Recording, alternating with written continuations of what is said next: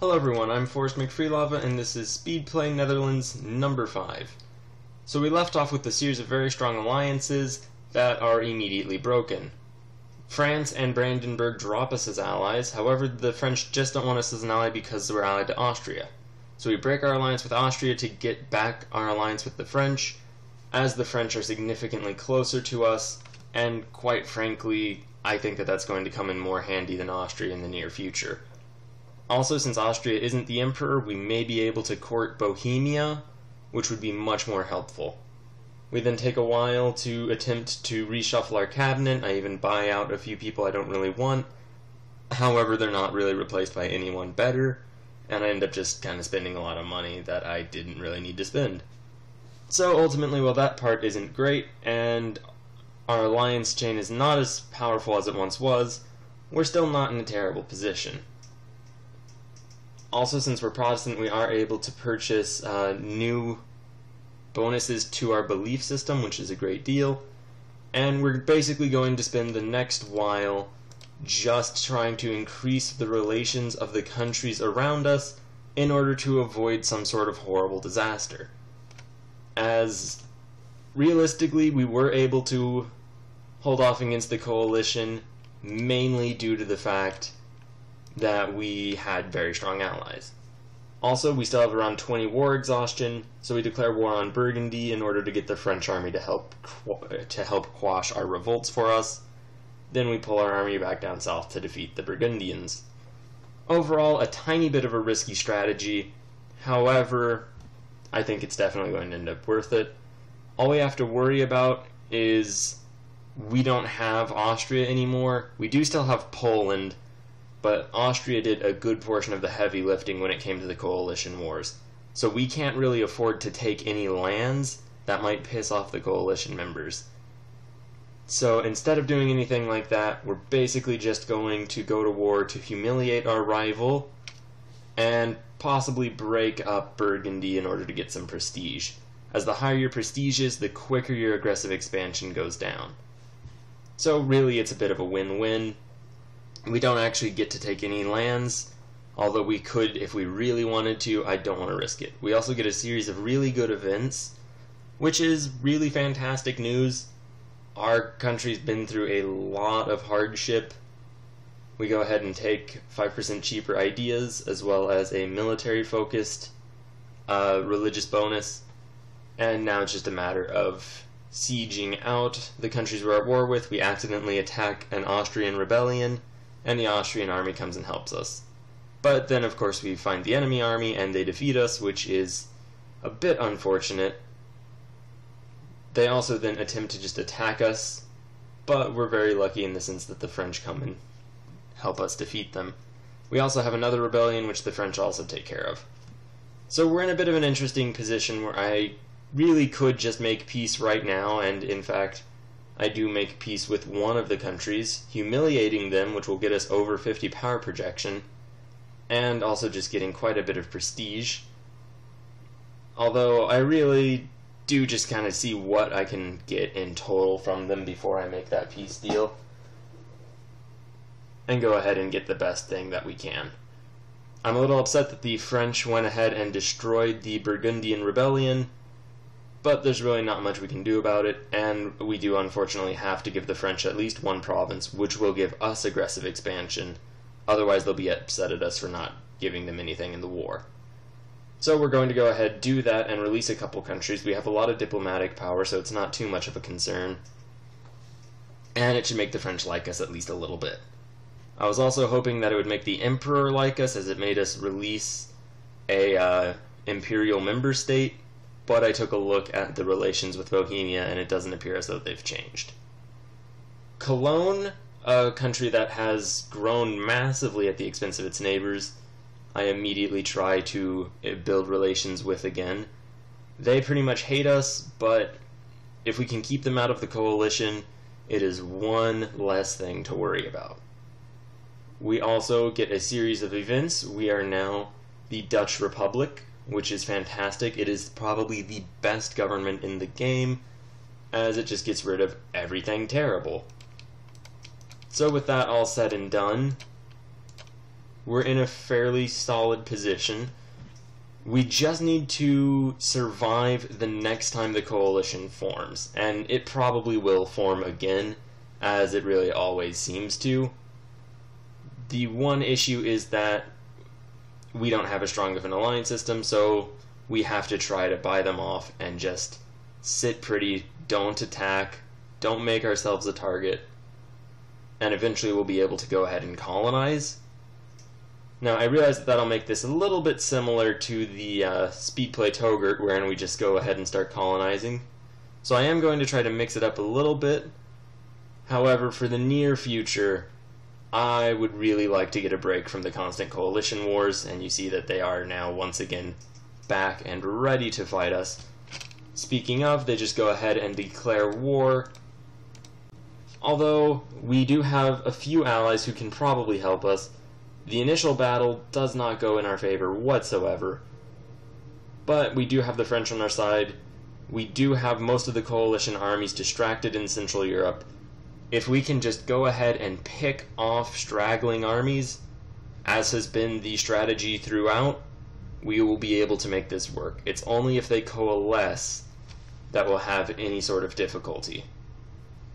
So with that in mind, we go ahead and set up our military for that plan and just begin fighting off the coalition's armies with the help of the French. And what that really means is just running through the scattered movement in Europe that we're able to get and hoping that the French will help us. And as you see, it works sometimes. These last couple battles much better than the previous few. And we're in now a second war against Cologne, the country that I had luckily managed to keep out of the coalition. I'd rather fight 2 wars than just one. And you see that the French and us, we are making progress, losing a bit of land in our actual nation. Bar wants to peace out, but we don't accept that right now as they are increasing our war score. And we managed to fight and win another battle. Obviously this could be going better, but it could also really, really be going worse. Since we don't really have a powerful Central European ally, we are much weaker than we were a couple episodes ago. But the fact that we're still holding them off means that the strategy is, at least to an extent, still working. And that is definitely the most important part. So we go ahead. Unfortunately, the French armies seem to have split off, or at least split up. We do still win a few battles, though, and that is still the most important thing. We are now sieging out Cologne, so we can at least get them out of the war and get their war completed.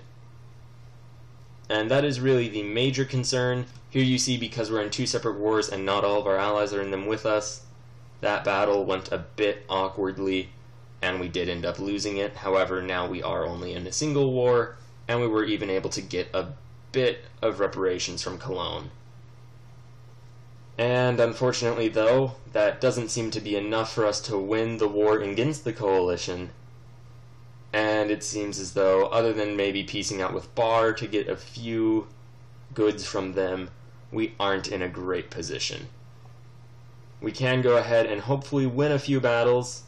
We do end up losing the last one, though. Ultimately, it looks as though this is a war that we're not actually going to be able to win. Our army, combined with the French, may be able to win this battle, and we do, which is great news. But overall, unless we're able to make significant progress, and it doesn't look as though we're actually able to, we may just be better off piecing out and trying to lose the bare minimum.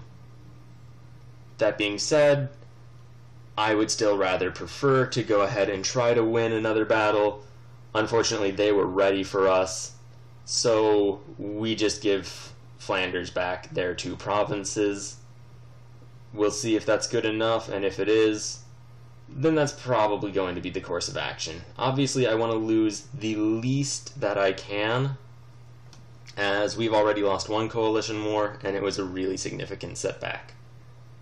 So the fewest setbacks we can take would be great. We do end up giving Flanders their 2 cores back, and sadly we do lose those cores ourselves. So it's ultimately not a fantastic position to be in. It's also not a terrible position, though, as our truce with Flanders ends pretty much immediately after we make peace with the coalition. So we can go ahead and, once the French are comfortable joining us again, just go ahead, build up our army to a significant degree, enough that we'll at least be able to beat Oldenburg. We'll go ahead and invade Oldenburg, and the French help us with Flanders, which is amazing news. We do get another rebellion. Hopefully the French will come up and help us with that as well. But what we're probably going to do is just vassalize Flanders. We lost the cores, and I don't really want to spend the admin points to core those provinces again. I would rather just deal with the diplomatic situation of having to do that, you know, in a while. So even this sort of setback can be made into a bit of a victory, just through kind of roundabout means. And we do make peace with Oldenburg. We're not taking any lands.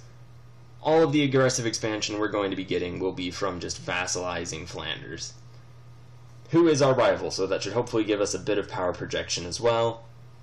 And Luxembourg is in the war against us at the same time. We're just going to deal with this rebellion first by besieging our one fort which they took. And hopefully we'll be in a pretty good spot in the near future.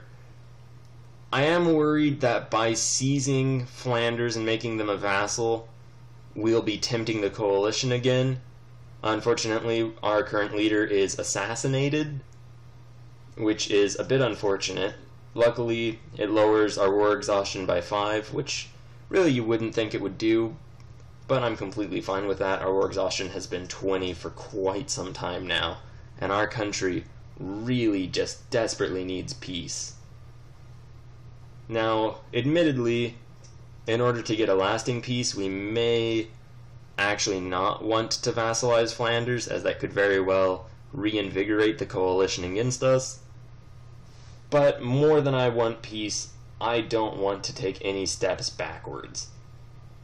And while we fought a slew of rebellions, since the French have been, other than at the very beginning of the episode, very loyal to us, we're in an alright spot. We do vassalize Flanders. They are immediately rebellious, which will probably become an issue in the near future. But for this very moment, we don't have to worry about anything because we managed to ally Bohemia, which is probably the best news that we could expect to get. Pomerania also joins us, bringing us into a massively improved diplomatic situation. Now that we're allied to the Emperor, we don't really have to worry that much about the Empire attacking us. We can probably even declare a few wars and they won't just automatically go against us, I assume. They may still. Honestly, I am not in a position to even think about launching an offensive war at the moment. But while we may not be in a position to launch an offensive war, we are in an alright position. We do have a vassal who is pretty powerful. We can finally start colonizing, which we can hopefully do instead of going to war with the Europeans, at least for a short duration. And the Protestant Revolution is really kicking off. So while we're not in a great spot, we're not in a terrible one either. Thank you very much for watching. Tell a friend. Have a good day.